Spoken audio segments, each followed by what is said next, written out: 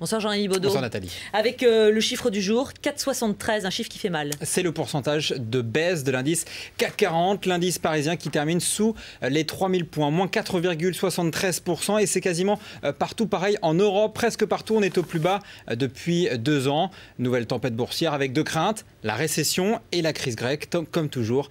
Pour comprendre juste l'ampleur de cette baisse, regardons le CAC 40 depuis le début de l'année. Et là, vous allez le voir, eh bien, le CAC il a perdu 25%, 1000 points depuis le début de l'année. Et ça n'est probablement pas terminé.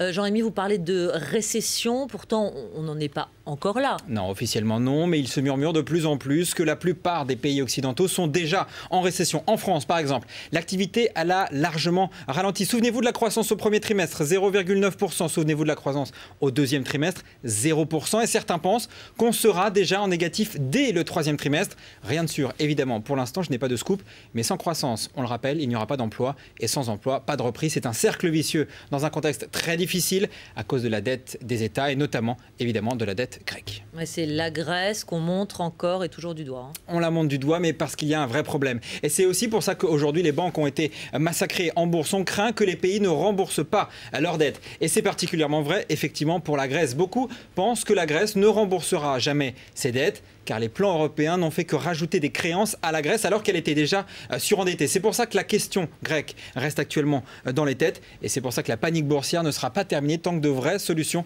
ne seront pas trouvées. Je ne dis pas que c'est facile, mais ça va prendre du temps. Et c'est l'info éco en plus. Et en bref, ce soir, les prix de l'immobilier qui baissent enfin dans la capitale. Entre juillet et août, les prix auraient baissé de 3%. J'utilise le conditionnel. Selon l'agence en tout cas immobilière meilleursagents.com, cette baisse des prix suivrait un recul du nombre de transactions. En gros, moins de demandes, donc les prix s'ajustent. Attention cependant, seul ce site internet le dit pour l'instant, et ça ne concerne que les biens, ce qu'on appelle courants ou médiocres. Le prix des beaux appartements, des appartements qui sont bien placés, eux, se maintiennent. En tout cas, si c'est vrai, ce serait la première baisse de l'immobilier à Paris depuis 27 mois. On suivra évidemment cette tendance, comme on le fait toujours sur BFM TV.